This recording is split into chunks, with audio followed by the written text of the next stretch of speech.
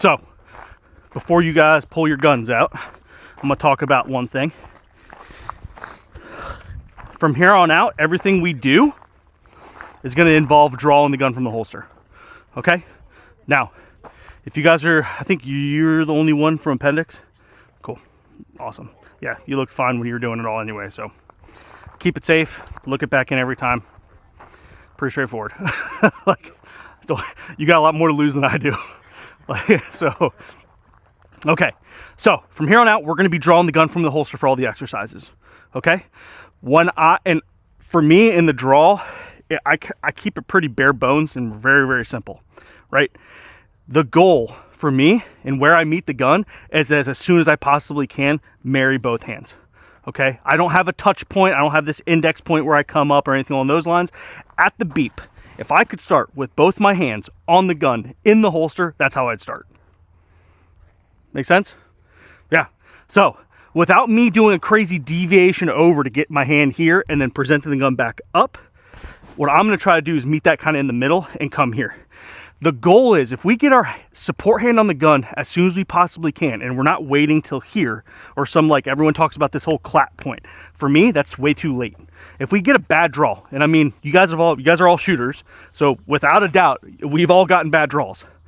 If you have to fix the draw, remedy the draw, whatever you gotta do to correct the draw, if you're marrying up right here, that means I'm here fixing the draw. That means by the time the gun's presented, I haven't even taken the slack out of the trigger.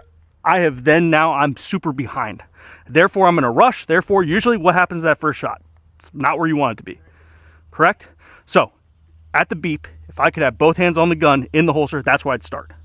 So, simply bring the hand to the gun as fast as you possibly can. For me, I like to kind of do like a little, almost exaggerated in a demo, but a karate chop method underneath the trigger guard. It lands my gun, or lands my support hand under the gun. You actually I have like a little bit of a callus on my hand here. You might be able to see it, but that comes right underneath the trigger guard and wraps right on in. I kind of think of it as like a ratchet strap, right? Where I'm going like crank, crank, crank. That's how I'm feeling when I do this and crank in on my, like when I'm marrying up my fingers on top of my other fingers or my firing hand fingers.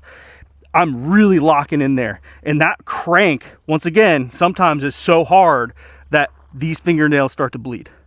All right, that's how much pressure I'm giving. But the goal is to get all of that done. So if I have a bobble in my in my draw, if I have a bobble here, I can correct it. Therefore, the grip has been corrected here. I can start prepping the trigger, and as soon as that gun is flat and I get the permission parameters necessary to send that round, I can send. Okay? Now, if you want to start getting a little gamey with it, one technique that Eric Raffel likes to do is he sets his par time at 0.6 of a second. All right? It's pretty quick. Like, by the time you react to the buzzer, like 0.6 of a second is pretty far gone. But the goal is, if you can have the gun on the board in 0.6 of a second, that means if it takes you 0.3, 0.4, 0.5 of a second to refine the shot, to see what you need to see, to prep the trigger to where the trigger needs to be, whatever level of prep you desire, if you can get the gun on the board in 0.6 of a second, even if you take 0.4 to clean up the rest of the stuff, you're still getting the first shot off in under a second. Does that track? That's the urgency of the draw. Once again, the draw should never change as far as the intensity, regardless of the distance. Right? So like if we're at point blank on a target, it's a lot of people have no issues gunslinging at a 5-yard target. But when we step back to 25 yards, I see everyone do this. Why? It's a waste of time. Get the gun out, present the gun out the same way every single time. What does that do? It builds consistency. That's what we're looking for. We want to be able to do the same thing over and over again so that we can build from there and then push out and then start seeing variables. All right. The whole goal for this, at least training with me today, is I want you guys to, I'm trying to expose you guys to being self-aware and seeing how the gun reacts when you make it do certain things. Okay. Observation. Observation's huge.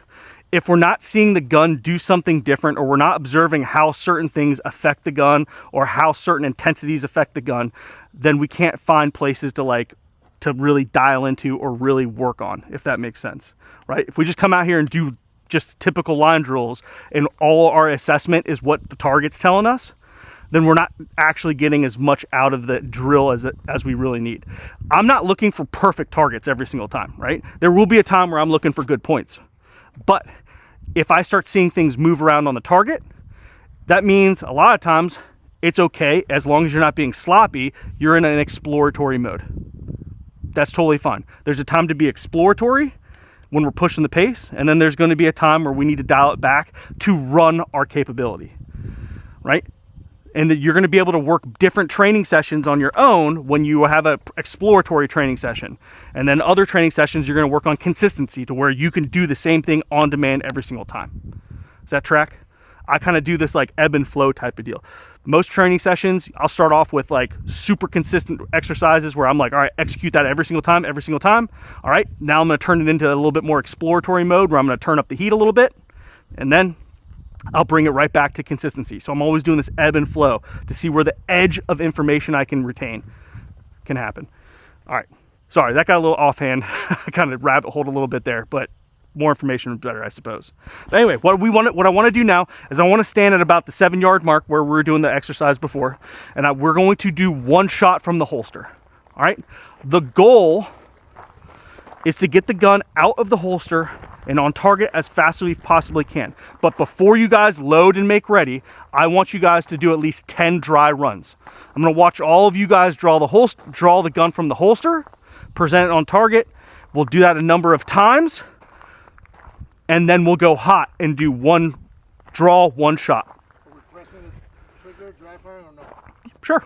Yeah, if you guys want to rack the gun in dry fire and press the trigger the same way you would like if you're going to be live firing, by all means.